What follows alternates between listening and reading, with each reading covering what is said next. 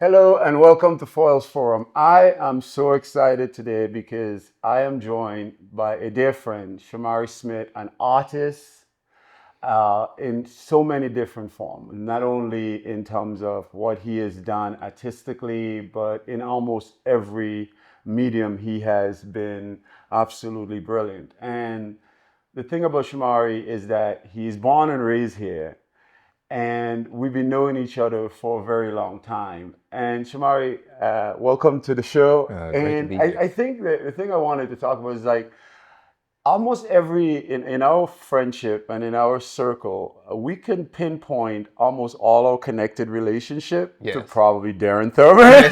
So talk about how we met. Yes, Darren. Yeah, so we met through Darren Thurman, of course, at a party, which is Darren's specialty. Of course. Wherever he is, there's a good time It's going gonna be a on. party. And I think we met in maybe 2002, 2003, around that time, and yeah, we immediately clicked, and we've been friends ever since, which has been amazing. Yeah. Yeah, I mean, I think one of the interesting thing for me, as starting out, because for many of you to know, I started my Kerosene Lamp Foundation in almost 2003, and Shomari came aboard right away and was our official photographer, several years later. And so we went to the Caribbean, we did camps. And talk about the impact for you working with the Kerosene Lamp Foundation. Oh my goodness. So one of the things I'm truly thankful for is, I feel like I've been given some gifts. The gift of creativity is, I believe, what I've been given. And sometimes, like within myself, like I want to figure out ways to use that gift to help people. Like, how can I share my gift to help people? And you gave me a vehicle to do just that with the Kerosene Lamp Foundation, capturing moments, preparing materials that inform, and and you gave me a canvas like to capture photographs and video and tell stories with these young people who are from the Eastern Caribbean, and oh my goodness, just life-changing for me to go and experience that. Coming from East Oakland, I had never seen, just an island like that, a community like that. The joy on the children's faces when they come running out of the houses when we pull up on the bus. Just those experiences are like nothing else, and I'm truly grateful that I was placed in that position to do that, because yeah, just completely. I felt like the kids were giving more to me than I was actually offering to them, which Yep. is just amazing. Yeah. One of the things that I remember, and is that I met you, I think, when you were becoming a father, and Naeem making one of those trips Yes. and discovering his love for mangoes. Yes. The greatest mangoes on earth. and bread, and it was like the staff like took him away, like they adopted him from you guys. Yeah. Talk about now seeing your son and being at this point now where you're about to be an empty nester, and the experience that he has gained over the time traveling by the time he was one. Yeah. So that was really for Naeem. It was what life was, which is so hard to imagine. But this was his life. He had the ability to see these other places and experience other cultures in a way that I couldn't have dreamt of. Like, I had no idea about where the Eastern Caribbean was, or, he was in London at, 3 years old.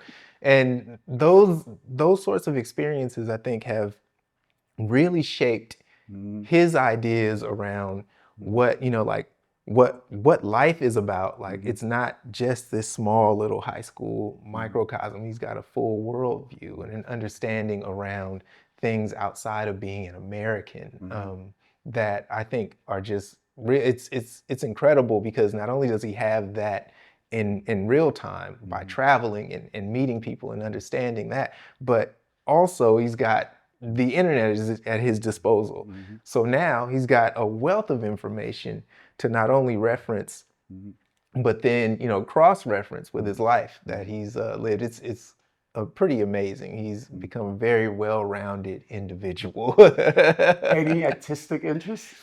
No artistic interest, which is I think he tells me that I withheld all of the artistic juice from him, and that very well may be true because it's coming out of my ears. I can't it's the way I live and breathe.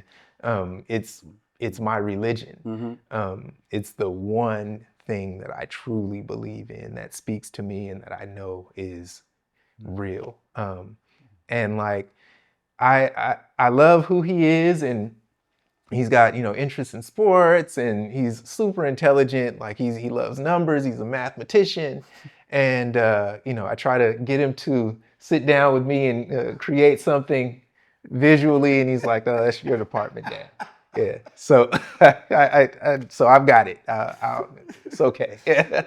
So, I mean, one of the ways I knew that you had made it as an artist, in my humble opinion, is that, you know, I remember you created this portrait series, and I thought, well, it would be such a great idea if you could take some of these portraits, maybe make one of Steph, one of Draymond, and a few of the players, and then they will sign it, and I'll be able to auction it out for the Kerosene Lamp Foundation.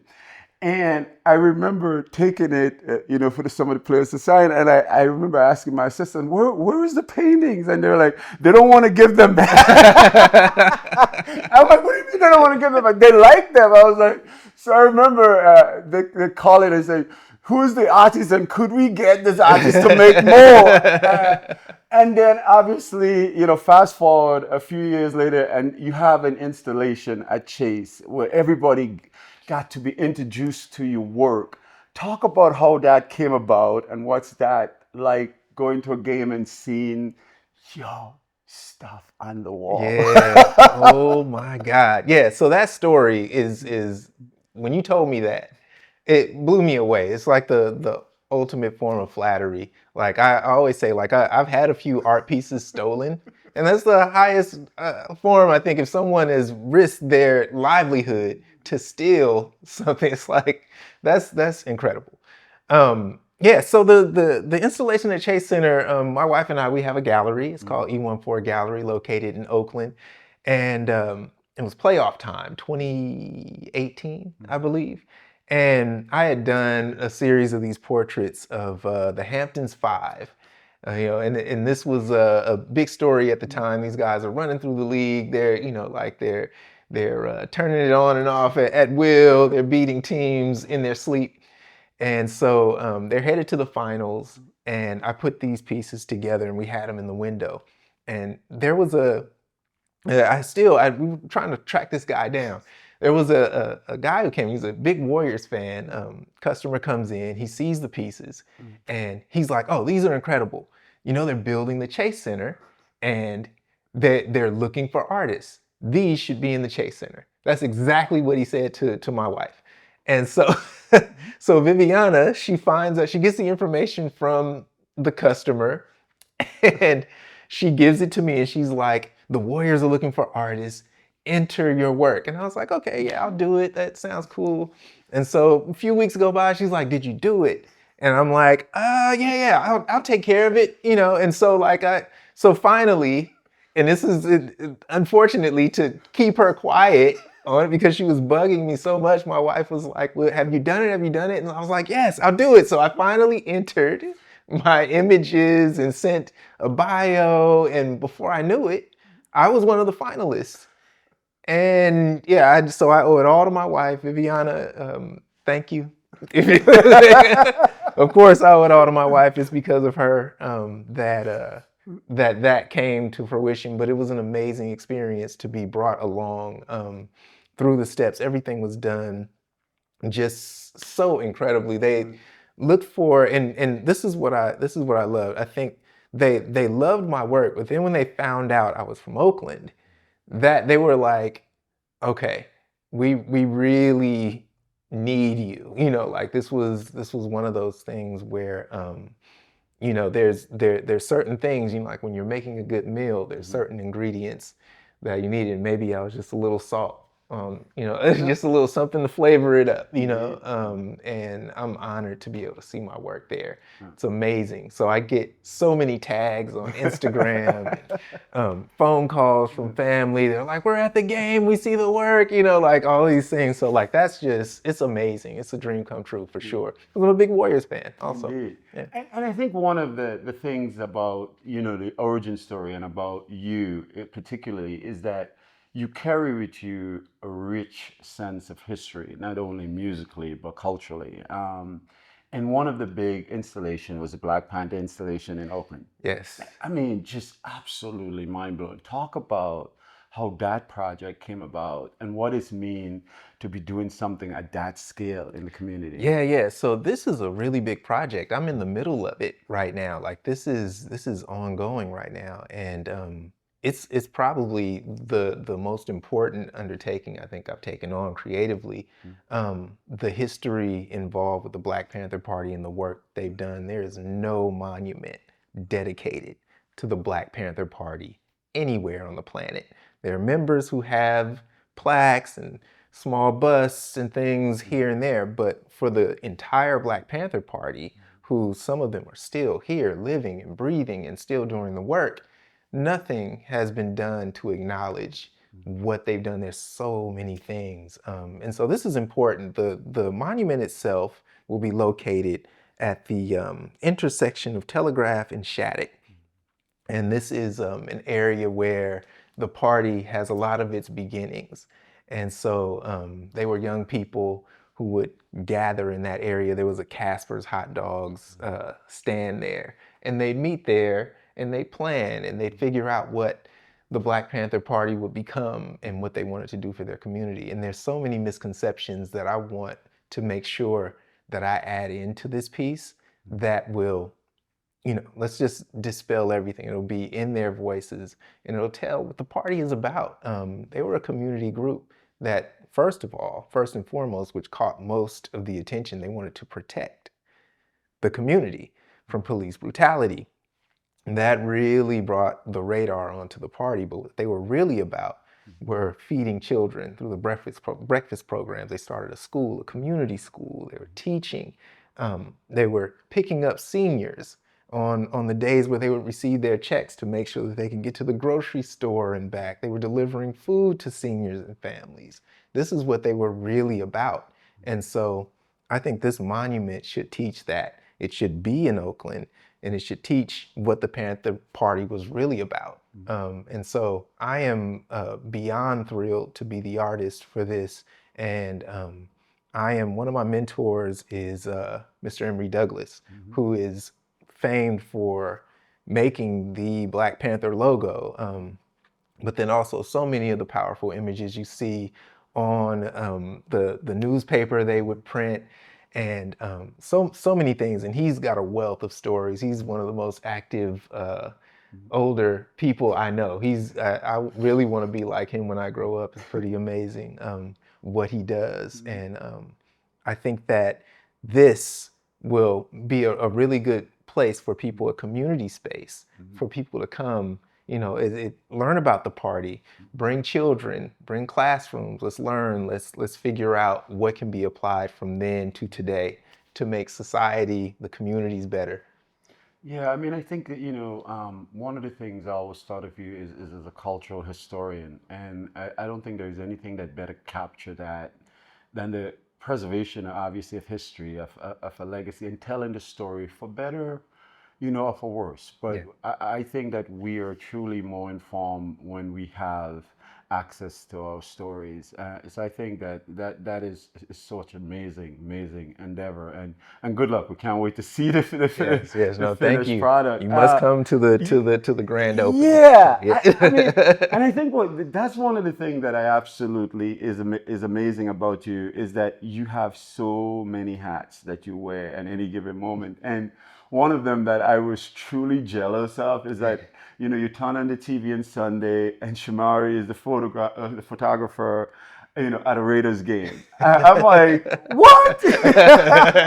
Like, talk about that and doing that for many years. Yeah. So I shot Raiders games for the better part of 20 years, which was I grew up. I was sort of indoctrinated into becoming a Raiders fan. My dad, huge Raiders fan. My brother. So like I had absolutely no choice.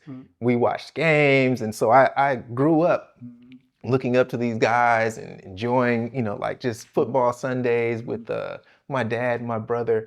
And when they returned back to Oakland from Los Angeles, and word was that, there was, I was young, I was learning, photography and video at that time. And I came up with an idea, and I gathered some friends together, and I said, hey, we should probably try and figure out how to be a part of this.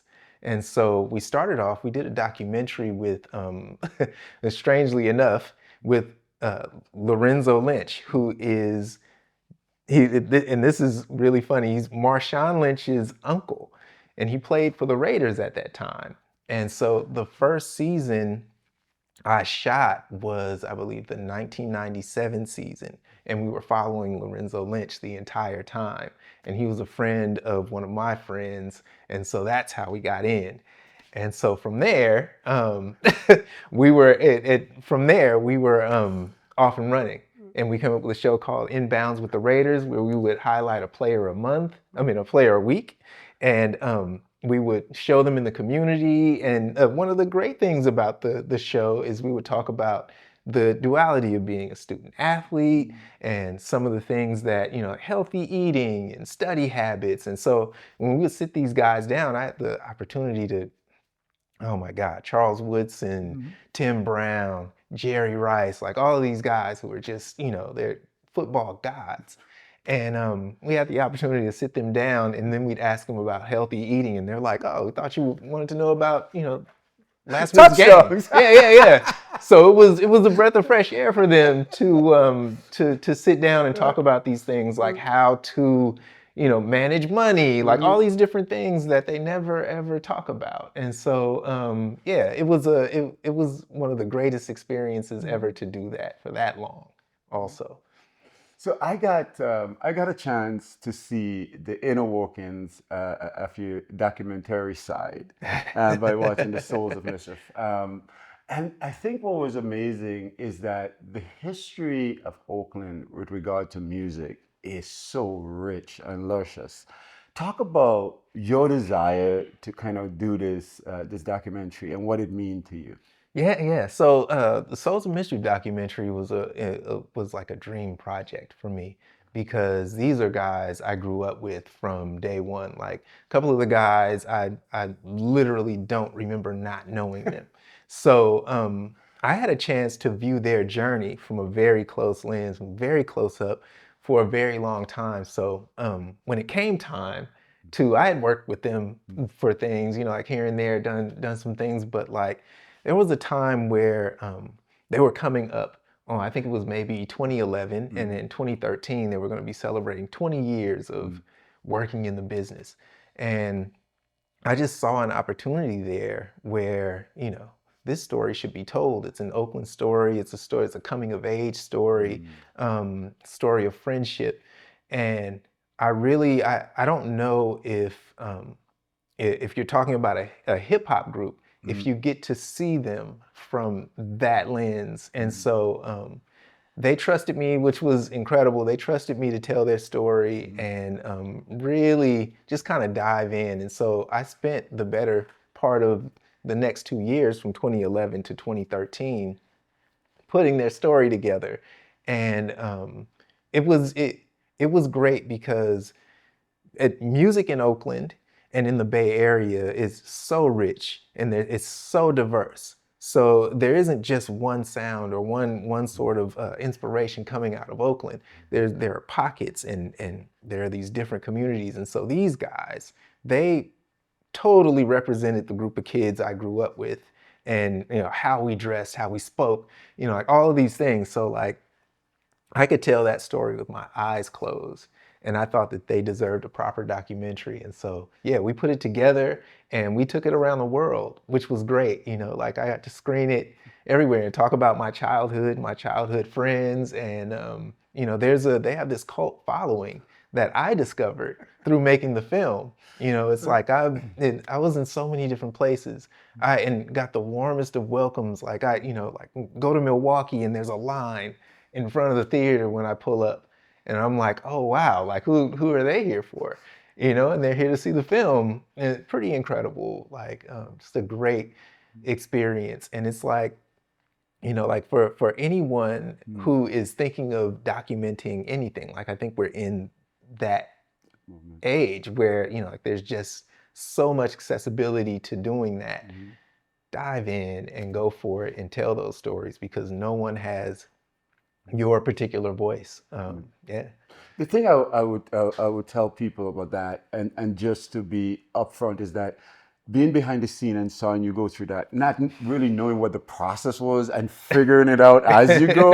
The thing that Shomari was so supremely confident that he would figure this out, even though he didn't know what the path was going to be, but he was going to walk in it. And I think for people who are doing it, do the work. You know, you will find people along the way who will help you figure it out because seeing that project and what it ultimately came to and being able to witness your genius in that way was truly spectacular. Yeah, no, I appreciate your support in it because you definitely played a role in connecting some dots and you introduced me to some people through that time that really did help because, you know, that's what it is. It's like, yeah, you may not have the know-how, but if you have the ambition to get there, someone will help you. Indeed. Yeah. So one of the cool things that, you know, I've been following your social media pages. I've been kind of, you know, spying on you, and you know, you've worked with so many entertainers and athletes in so many different capacities. Talk about some of those projects, you know, at large. Yeah, so I think one of the ones that I'm most proud of is working with Kareem Abdul-Jabbar, one of the greatest to ever touch a basketball. But then also he's someone, he actually reminds me of you. I was so when I saw the photograph of you with Kareem recently, that just really it was so special because like for me, you both are such unique people in that it isn't shut up and dribble with you. You have an opinion on so many things, so many politically, socially, so many things that I think need to be said on a platform, the platform that you all hold. And so I had the opportunity to work with Kareem through Miss Deborah Morales, who is his right hand and left hand. She's amazing. I met them at a book signing, and I brought Kareem one of my portraits I did of him. And he joked at the time because, you know, it's like, this is Warriors territory. And of course, it's him as a Laker. And he's like, oh, I'm sure you probably can't give these away. You know, he's like, he just made a joke. And Deborah saw it and she's like, where did this come from? She's like, this is amazing. She loved the work and she gave me her card and she said, please give me a call. I said, absolutely. She's like, we're going to do something with you. She's like, I'm not sure what yet, but please give me a call. And so I think maybe about a week or so went by and I called her and she says, and this is probably like 2007, 06, 07 in there. So I call her and say, hi, I'm Shomari, I'm the artist. She's like, where have you been? I've been waiting for you to call me. You know, like, and so like, it was this whirlwind after that. She's like, okay, first of all, how quickly can you make those portraits? We're gonna need, and this was, oh my God, so mind-blowing. This is 07. So she says, we're going to need, just to start off, I'm going to need 20 of them. And I froze. How long does it take you to make them? She's like, we're going to give one to Muhammad Ali. We're going to give one to, so she's gifting them to these legends.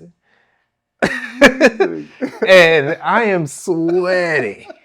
I mean, I'm just like, I mean, I'm And then he healthy postage too. almost dropping the phone like, oh my God. She's like, when can you get 20 of them to me? We need them yesterday.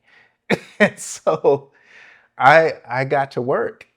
You know, I told her as soon as they come out, so I went to work, and it was just the most amazing experience Talk about ever. talk about like just like walking in Kareem Abdul-Jabbar, and obviously you meet him and he's a legend. Yes. On and off the court. Yes. And I just remember just looking at him and just like, I had this really fascinating thing I wanted to tell him. I remember, Yeah. hi, sir. Nothing comes out. I got nothing. I like you. I laugh. Like, talk about like walking in that close proximity to what I consider one of the giants, not only on the basketball court, what he's done, revolutionized the game by creating a shot that has not been able to stop or replicate it. But I think what he has done off the court has been so mind-blowing. Yeah. How was that walking in his proximity? Well, everything felt important. Absolutely everything involved with working with Kareem was important, meaning that there couldn't be, I would get phone calls from Deborah about the placement of everything had to be precise. And I understood the importance. Like so just in reference to that, I was working on the cover image of his audiobook for On the Shoulders of Giants. And so he's going through, the history of the Harlem Renaissance. This is a very important, there was a soundtrack with will.i.am, this is big stuff. And so for me, it's the first time I'm working on a project of this magnitude on this level. And the level of pressure involved. It was the first time, like at this time, technology, I'm in the Bay Area, they're in Los Angeles, and I need to get very large files to them immediately. And so we're working on different versions. There's so many, I think there were maybe, were there 10 volumes? It was an amazing project. Amazing. And, here's little old me but again, it was very much like the work that we do, where there is this goal to teach and to enlighten, and I'm fortunate enough to lend my creativity to that, and it's just like any and everything involved, there was a level of importance because he carries so much history and a wealth of knowledge and experience with him. And there was he called me. So this is the funny thing. He only called me once personally on the phone. Amongst all of the work that we did, he called me once because there was a time we had just gotten sort of like to the finish line with the audiobook, and he was very, very pleased. And so I don't know how this happened, but I see a message on my phone, and it's a message from Kareem, and I'm like, oh my God, Kareem called me. And then I stopped, and I'm like, I missed Kareem's phone call. Oh my God. So Deborah later figured it out, but I couldn't believe. Oh, I couldn't believe I missed Kareem's phone call. All the calls. How do you miss that call? Yeah, but it was a special moment. I had the opportunity to talk to him, but then also I have saved that message for safekeeping for the rest of my life. Yeah, which is just, yeah. So an amazing experience there working with Kareem. So special. Yeah, I know. Do you remember the first thing you drew, or when you knew that you were going to be an artist? Yeah, I decided that pretty early on. So I didn't make the decision. There were a series of drawings when I was growing up that were on the walls stick figures with afros, and they were hidden behind the couch, they were behind the curtains, and my mom never covered them up. And this was essentially my first art show. All over the house in crayon, I had drawn these stick figure families. And I think that was a very important moment, that my mother did not scold me, cover them up. Like, she let them live on display. And I think that was the very moment where I've been showing artwork throughout my life in that way for a very long time. And move into elementary school was when I literally said, this is who I am and this is what I'm going to do. And I was probably about 8 years old at the time, where I knew that art is my life and I will be pursuing it from now on. I made that decision. And so, from having a small little case in my elementary school that my teacher set aside for my drawings that I put up every month, and I'd do themes for, like it would be Halloween, and I'd do a drawing for Halloween, or Christmas time, whatever was going on, I had a case where, because I was drawing all the time and really pursuing it like a job. So like and these are comics that no one's seen.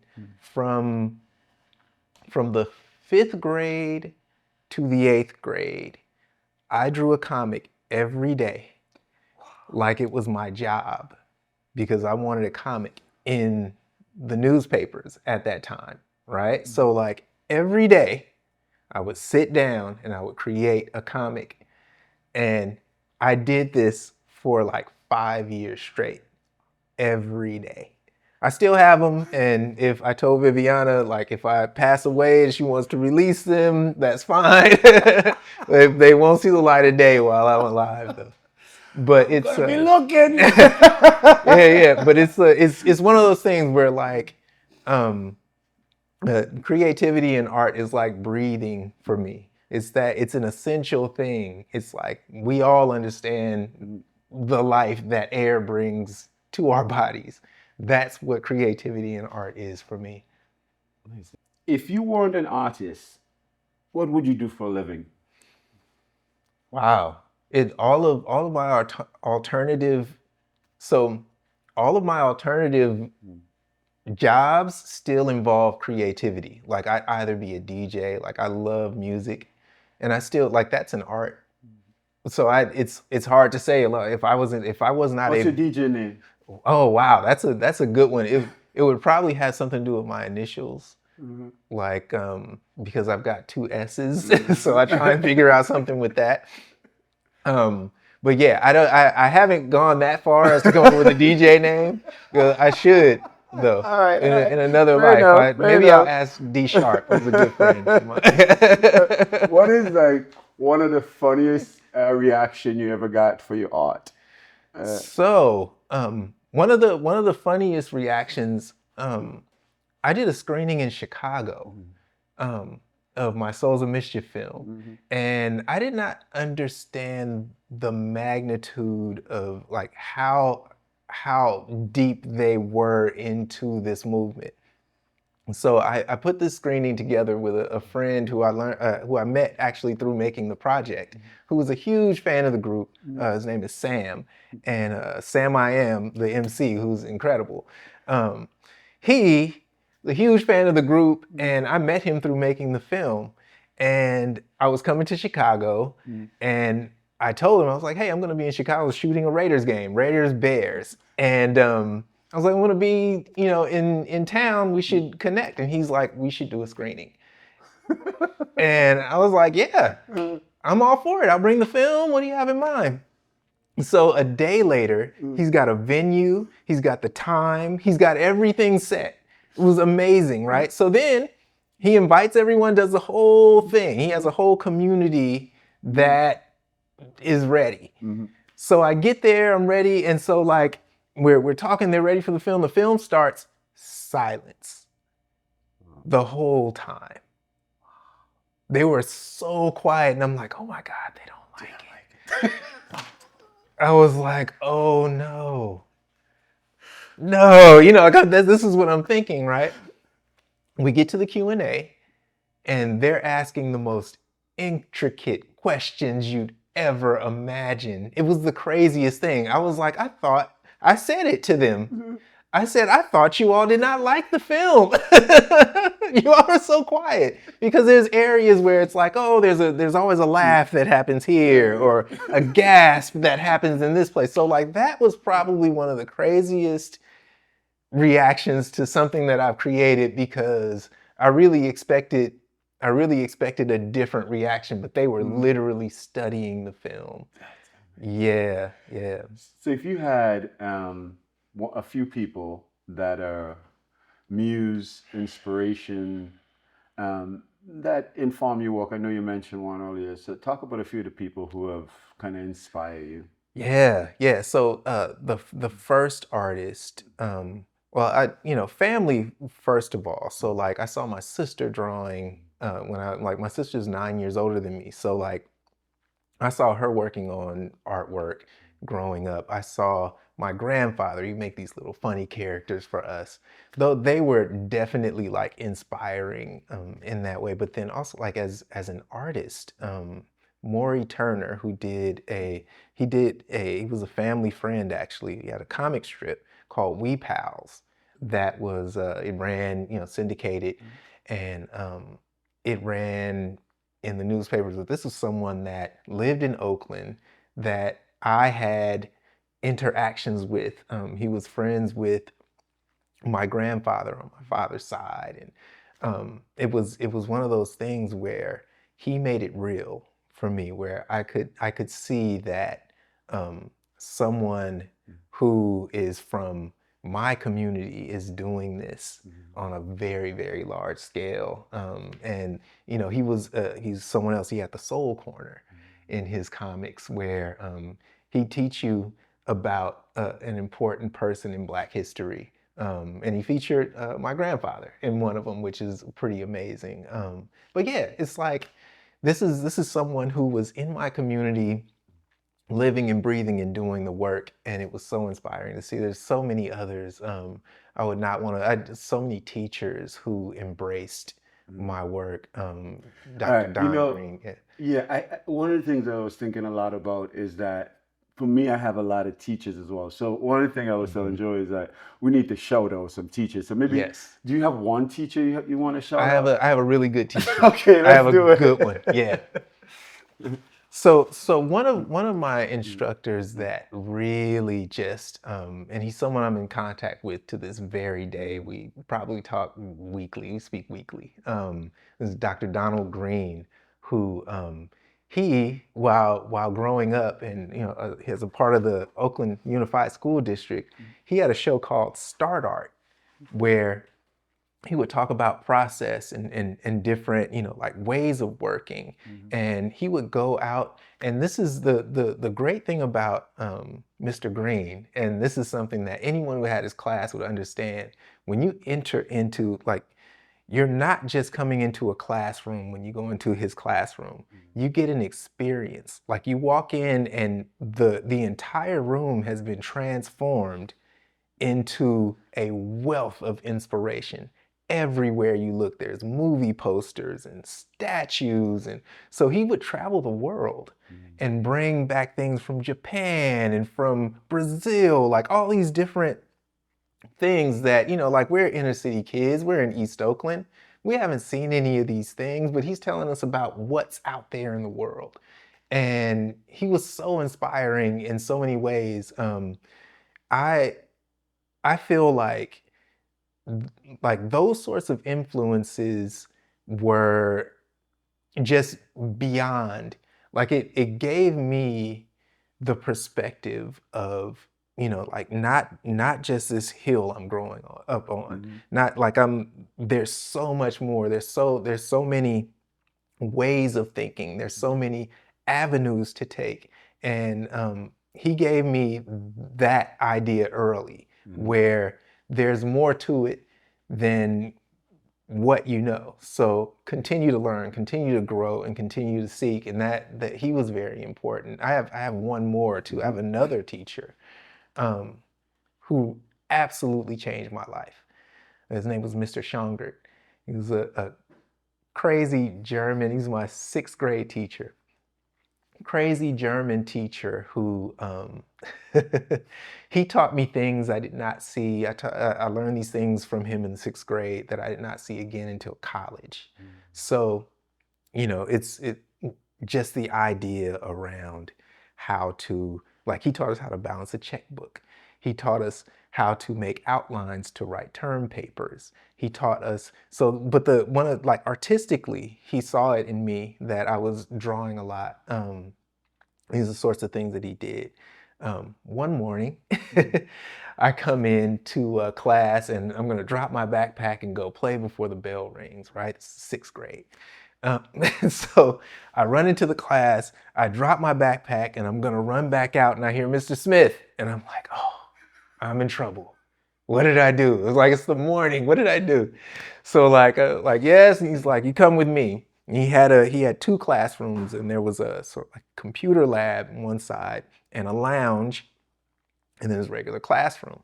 And so he takes me into the computer lab and he sits me down. It's before the bell rings, nothing else. It's like, sits me down. He puts this tab. This is 1986. So yeah, this is probably like one of the first Macintosh computers, one of the first Apple computers ever. I've never seen anything like this in my life. Sits a tablet in front of me. There's a monitor and there's a stylus with a wire attached. He says, this does this. You can pick colors. You can, when you draw on the tablet, it shows up on the screen, right? So like I couldn't believe it, right? Like I couldn't believe what I'm seeing. And so he says, you're gonna figure this out for the week. This is when you come in, you sit here. When when we come back in, you sit here. So for the entire week, my job was to figure out this program and to think about the work I do now and the tools I use now. He put me ahead of just within, if you're thinking about 1986, there are no home computers just yet. Like there isn't a computer in every home yet. There are like we're literally black screen, green text at that time, right? Like this is, like I'm definitely showing my age, but it's like this is what it was at the time. So for him to recognize that in me and to present that to me at that time was above and beyond. But this is what he was doing for each and every one of us. He would recognize who we were and he would figure out how to get us off and running in that direction. And yeah, it was life-changing to have that experience and then to come full circle. Like I literally work in that way almost every day now. Yeah. Amazing. Which piece of equipment, camera, pen, brush, would you rescue if the studio was on fire? Oh my God. I'm probably going down with the ship. I can't go. Probably. I'm all in. You taking away everything I got. Yeah. So what's crazy is like entering into art school. I didn't realize that it didn't become a reality for me until I entered into art school, but just understanding the power of tools, meaning that I don't have to just draw with a pencil on paper. I don't have to just like it isn't just that. What it is are the tools.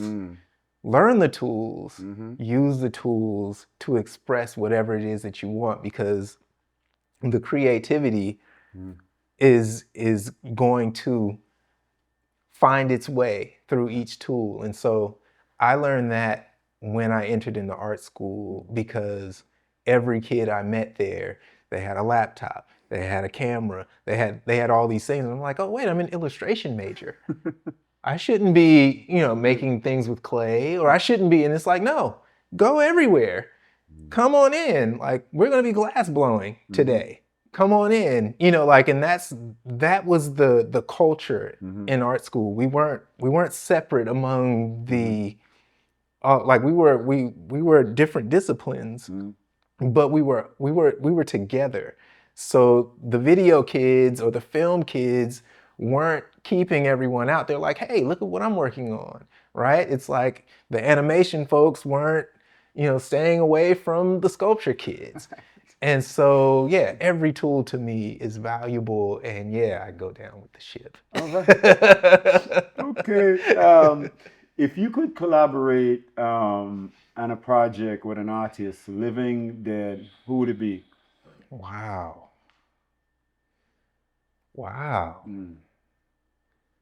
Collaboration. So, wow. Probably Gordon Parks.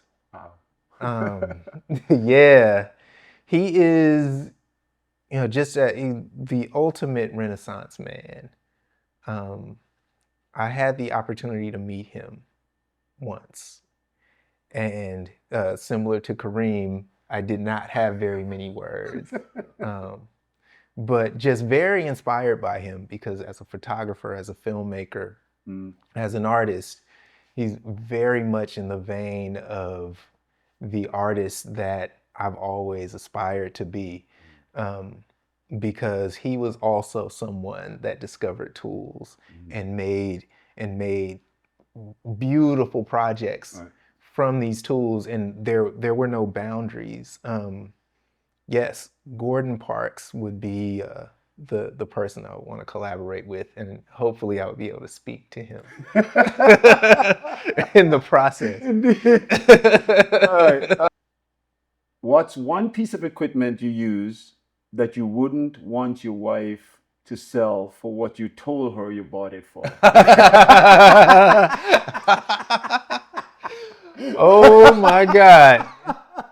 So I would not get away with that. Exactly. You know my wife very well, and nothing gets past her. Nothing gets past her. So there's absolutely no way. There's not a film, so if anything ever happens, you'd be like, nope. He's like, nope. Okay, see, I told you, I knew that one. Yeah.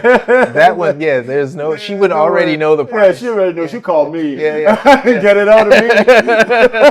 She would know already. Okay. Would you rather only be able to use puffy paint, or only be able to take photos with a Kodak Fun Saver disposable camera? That is a good one. I'd probably go with the paint. I would go with the paint because of instant gratification right then and there, as opposed to waiting to get everything developed and see what came out. Yeah. Would you rather have unlimited colors but only one brush, or unlimited brushes but only one color? I would go unlimited brushes, only one color. Yeah, and that color would be black. Would you rather live in a treehouse with Wi-Fi or a mansion with no internet? Oh, mansion, no internet, absolutely. Yeah. How do you prepare yourself mentally to get into your creative space? I wait for lightning to strike. So sometimes it's a shower. Sometimes, it's getting off of an airplane. But there are creative spaces that exist somewhere in the ether that I can't explain. But most oftentimes if I don't have an access to my shower or an airplane, good music, nice tall glass of water, and some snacks.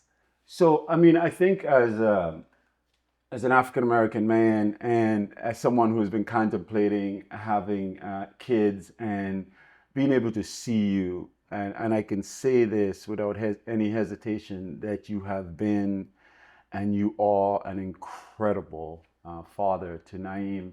And I think I've watched that, and he gives me so much hope, and it makes me thinking a lot about legacy. At the end of this, what do you hope somebody say about the man, Shomari Smith, his work? What do you hope that message is at the end? Thank you. First of all, it is I feel like I have there's something I think that's been instilled in me from my parents and my family, that there's a responsibility to my community that will always exist. And when I get up every day, I represent my family, I represent my community, and I leave it better than when I showed up. And that's every day. There are no days off from that. And that's the way I live. There are mistakes that are made, but it's that it's impossible to live perfectly. But I do understand that my intentions and everything that I do, I'm always thinking about the greater good, and I don't put myself ahead of that ever. That was amazing. Thank you. That was a lot. Thank you. Oh, yeah, we covered a lot. That's a lot of ground.